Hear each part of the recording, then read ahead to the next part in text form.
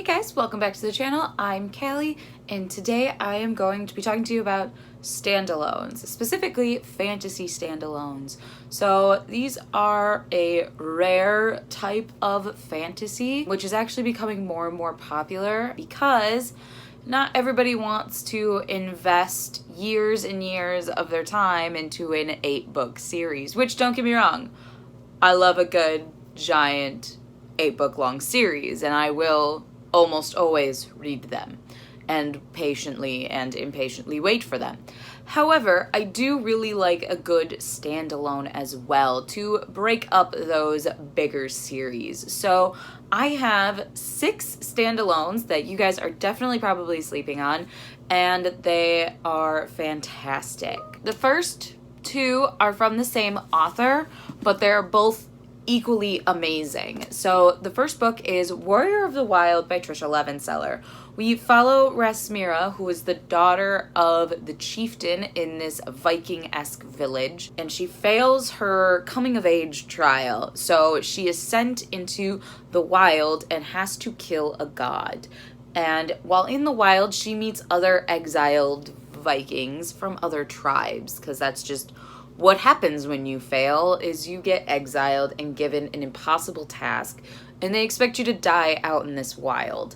So this story is so great. It's a short story. Rasmira and all of our side characters are so well done and well written, and our plot is dynamic and just so intriguing. I loved every second of this book, and I love Tricia Levenseller's writing. The other Tricia Levenseller book that I have is The Shadows Between Us, which came out earlier this year. This book was marketed as a Slytherin love story where we follow Alessandra, who has 3 main goals in life: to woo the Shadow King, marry the Shadow King, kill him, and take his kingdom. That's all I really needed to know. As a Slytherin, I heard Slytherin love story and I got really, really excited. I give this book 5 stars. I read it right when it came out. I love this book so much.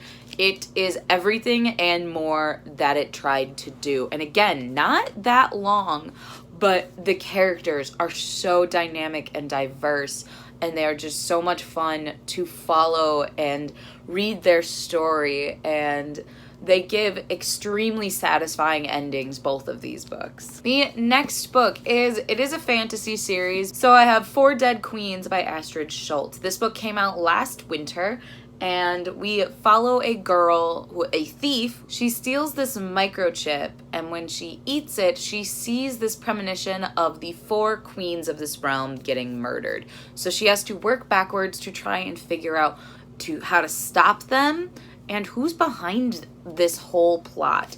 This one's a bit longer, but this doesn't leave any unanswered questions. This leaves open to the possibility of more books within this world, but the story wraps up beautifully, and the mystery is intriguing. We even get a POV of our villain later in the book, which I am always in love with. I love getting the villain's perspective, and it does amazing things in this book. The next standalone that I want to talk about is one that I read recently and have fallen in love with and can't stop talking about, and that is Girl Serpentthorne by Melissa Bashardoust. It follows a princess who is poisonous to the touch, and she has to try and work with demons to get rid of her curse. This is a wild ride about trust, betrayal, and how to earn trust, being secluded, dealing with families who are shunning you, but not because of who you are as a person, but because of what you are. And it was perfect. I am in love with this book. I rave about it in my recent reads. I forced Sarah to read it because I was obsessed with it, and now she's obsessed with it, and it's glorious. We still talk about it. This is another just perfect standalone. It is short, to the point, does not leave any loose ends. It answers all of the questions, and in a very timely manner. One issue with some standalones is they are too fast-paced because they're trying to cram all of this stuff into one book. these ones that I've talked about, they have amazing pacing where it doesn't feel rushed.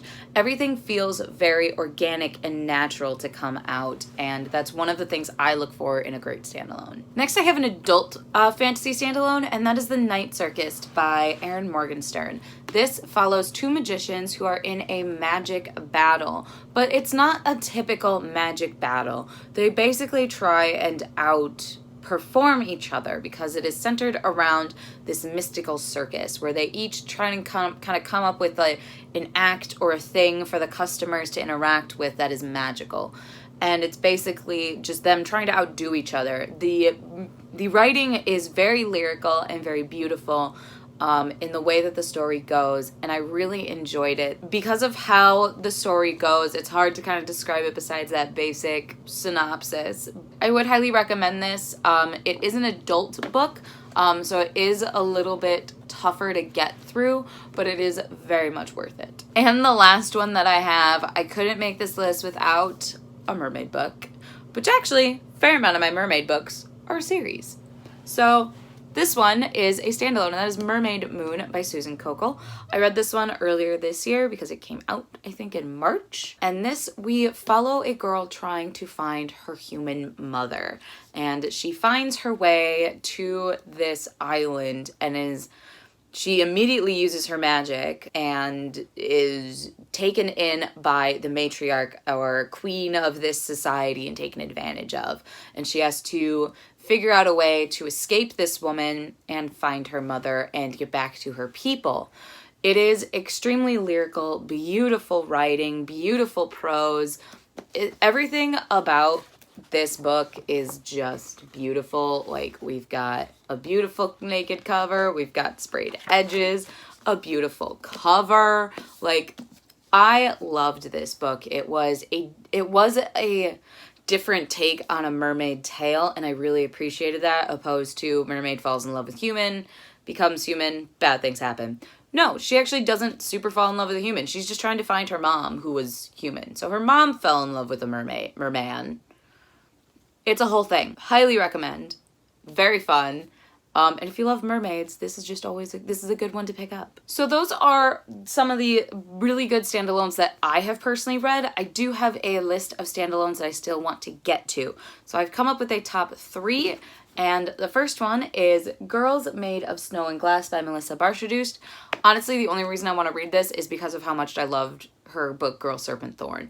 I have no idea what this is about. This looks like this is a play on Snow White, which I probably should have guessed because it's girls made of snow. This looks like it is a retelling of Snow White, and I actually find that Snow White isn't one retold in books. It is retold often in film, but not so much in books, so I'm very intrigued to get to this one. The next standalone that I really want to get to is Wilder Girls by Rory Power. This is supposed to be a retelling of Lord of the Flies, which actually I've never read that, but whatever. But basically, these kids are stuck in a high school when this pandemic shows up. Maybe not a right now kind of read, but everything from what they know, everything on the outside is dead or dying, and they start to develop these weird genetic abnormalities.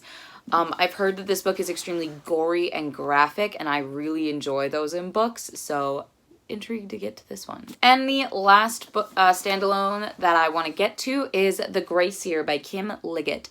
This follows a society where girls at the age of 16 are basically exiled into the wilderness to release their feminine magic so that they can return ready for marriage. Some don't ever return because of how strong their magic is. And we follow our character as she's about to embark on her grace year.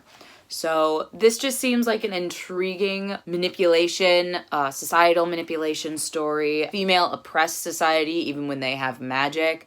And I find that to be a very interesting point of view, and I've heard really good things about this book. So those are the standalones. I'm actually going to start, this is the start to a fantasy recommendation series that I want to try. So next month I will talk about duologies and kind of just go up from there. I read a lot of duologies and I read a lot of trilogies, so excited to get to those. So feel free to check out any of our links below. We still have a ton of links you guys can check out. And feel free to like, comment, and subscribe to our channel. We post videos every Tuesday, Thursday, and Sunday. And I'll see you guys in our next video. Bye!